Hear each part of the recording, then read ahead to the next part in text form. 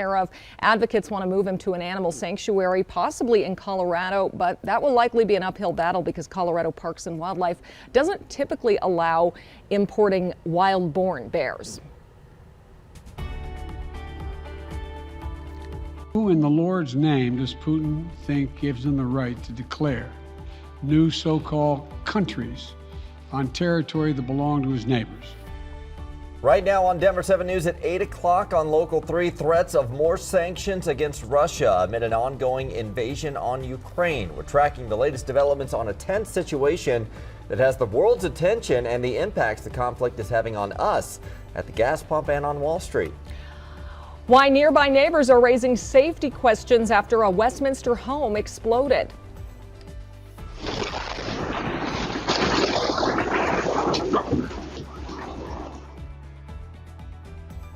A new timeline for hiring a school superintendent in Douglas County.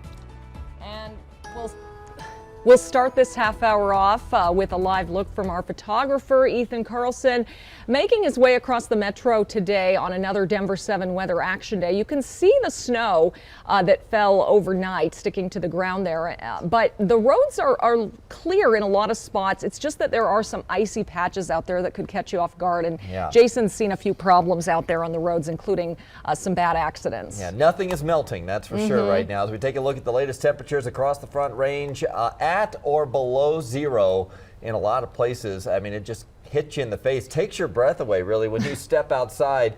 And Lisa, you have to penguin walk as fast as you can to get back into a warm place. Yeah. Nicole showed us how to do that, right? Right. You know, but that is the problem because you want to run so fast. Yeah. Can you outside, run like a penguin, or do you have to walk like a penguin? But you're supposed to go slow on the ice, Running like a pig. Well, I'll try it. I'm sure it's not going to be pretty, but I'll try it. You do, though. It's cold right now. And take a look at Westminster. This view here, you could see part of the town earlier, but we've got quite a bit of cloud cover and even some snow falling, fresh snow north and northwest of Denver this morning. So you're going to find a new light layer on top of that snow that we saw overnight.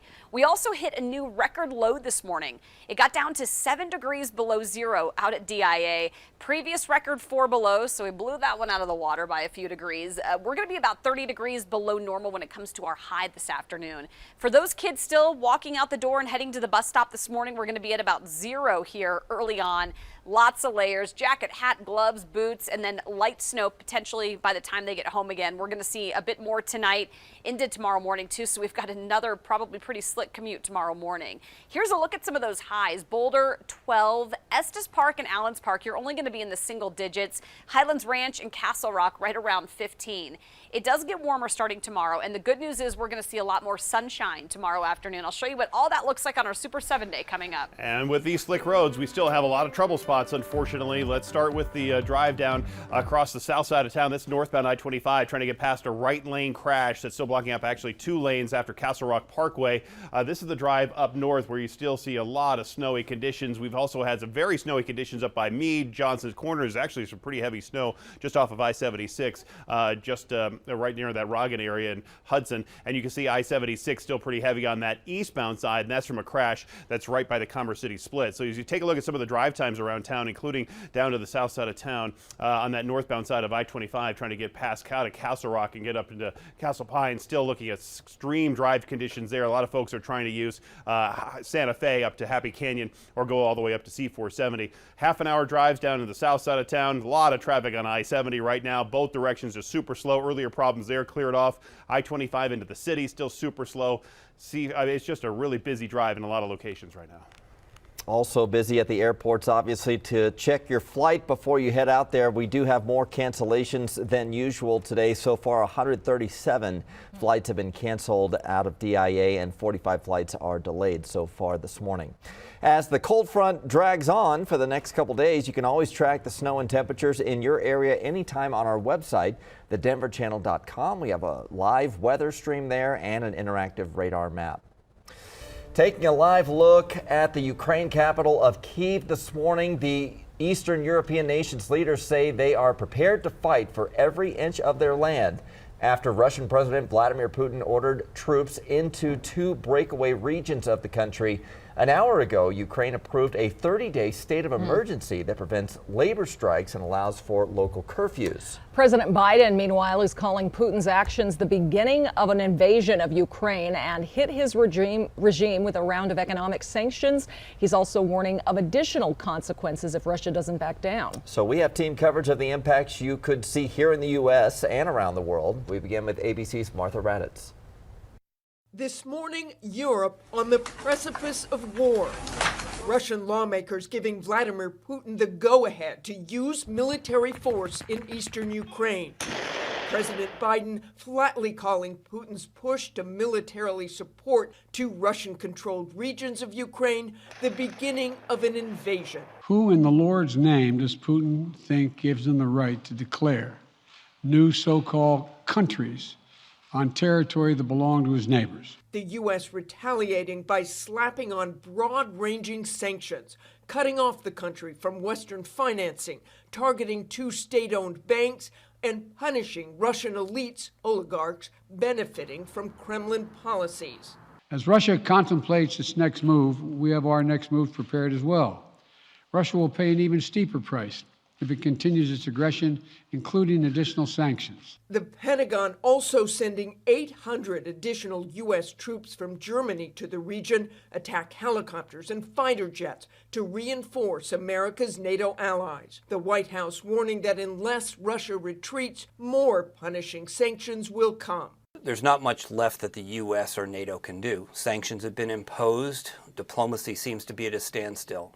That leaves Mr. Putin only military options or a humiliating stand down. The people of Ukraine braced for a potential humanitarian catastrophe. This is one of the main border crossings in and out of Poland. Right now, they serve about 3,000 vehicles every day. If there is a refugee crisis, there could be millions. The Biden administration stressing there's still a chance for diplomacy to win the day, but the Secretary of State scrapping plans to meet with Russia's top diplomat.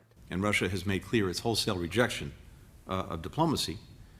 It does not make sense to go forward with that meeting at this time. While satellite images show Russia moving more troops and military supplies into Belarus, this field, empty just 3 weeks ago, now bristling with armored vehicles poised for war, just across the border from Ukraine's capital. The U.S. continues to say they have hopes for diplomacy, but those hopes are fading fast. Yeah, and President Biden is already warning we'll see an increase in gas prices because of the invasion and political fallout. Denver 7's Veronica Acosta joins us here in studio because the administration is trying to keep those prices down. They are, and whether we like it or not, it's likely that we're going to be paying more at the pump. Yeah. Take a look at where we stand right now. The cheapest gas you can find near the Denver area, it is just under $3, $2.99. That's according to Gas Buddy. But AAA says on average, Coloradans are paying $3.35 per gallon. That's up slightly from about a month ago. Just yesterday, President Joe Biden said his administration is using, quote, every tool at their disposal to limit the effect on gas prices in the U.S. This is after announcing those sanctions against Russia, which does produce 11% of the world's oil. He did acknowledge it's likely we'll see rising prices at the gas station in coming months. However, here's what he didn't say: what specific actions he and his administration will take to stabilize those gas prices. Oil hit $100 per barrel yesterday. That's the highest price in 7 years. And I just checked the early commodity markets. Crude oil back up slightly, getting closer and closer to what it was yesterday. A senior White House official did say the sanctions the administration put in place against Russia were deliberate ones. They were done to impact Russia's economy, not ours. The last time the administration stepped in to help with those gas prices, that was in November and December. But these are the highest prices that we've paid since 2013. Wow. Yeah, still going up, too. Still going. All right. Thanks, Veronica. Well, another impact minutes after President Biden announced new sanctions. FBI officials asked U.S. businesses and local governments to be on the lookout for potential ransomware attacks as well. Neighbors in Westminster have a lot of questions today after a home exploded in the middle of the night, and this is all that's left of it. We brought this to you as breaking news yesterday morning. Other homes and cars on the street were also damaged, and now investigators say possible human remains were found in the blast debris. Denver 7's Colette Bordelon joins us live this morning, and officials are still trying to figure out what caused a very scary, possibly deadly situation. An absolutely heartbreaking update to this story, Brian. A cadaver dog alerted police to those possible human remains after they had been out there for nearly 12 hours trying to figure out if someone was in the home at the time of the explosion. While we were out there, we were told by the people who lived directly next door to the home that exploded that that house was actually condemned after a fire there last April. Now, one of many questions, what's done by the city to keep people from going inside of a condemned home?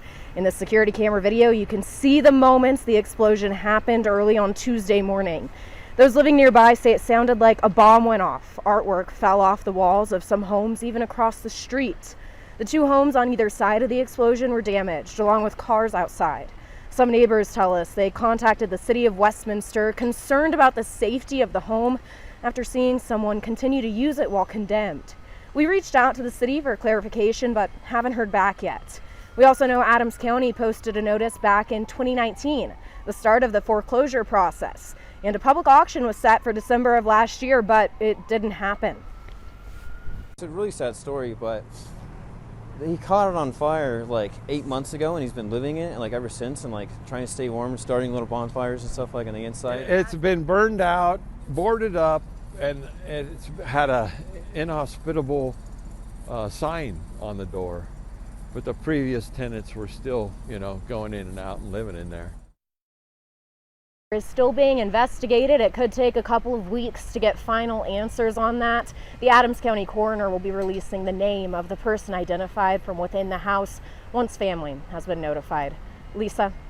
It is now just about 8:12, and take a look at our dog walking forecast. It's a little better than yesterday. By noon, we're going to be at right around 10. Definitely some slick roads out there, snow-covered trails and paths in and around town, and we'll see another chance for some light snow later today and tonight. 15 today, 20 tomorrow, near 30 on Friday. Things are improving. I'll show you just how much warmer it's going to get for the weekend coming up. Denver police just told me that we have westbound I-70 closed down right now at Colorado Boulevard. This is just a touch west of there, going through that new tunnel. So the westbound side will be closed at Colorado Boulevard. They say possibly a Denver police car is involved, or maybe two. And so we're going to have delays here on I-70. I'll have full details of this for you as this is just coming in here in just the next couple of minutes.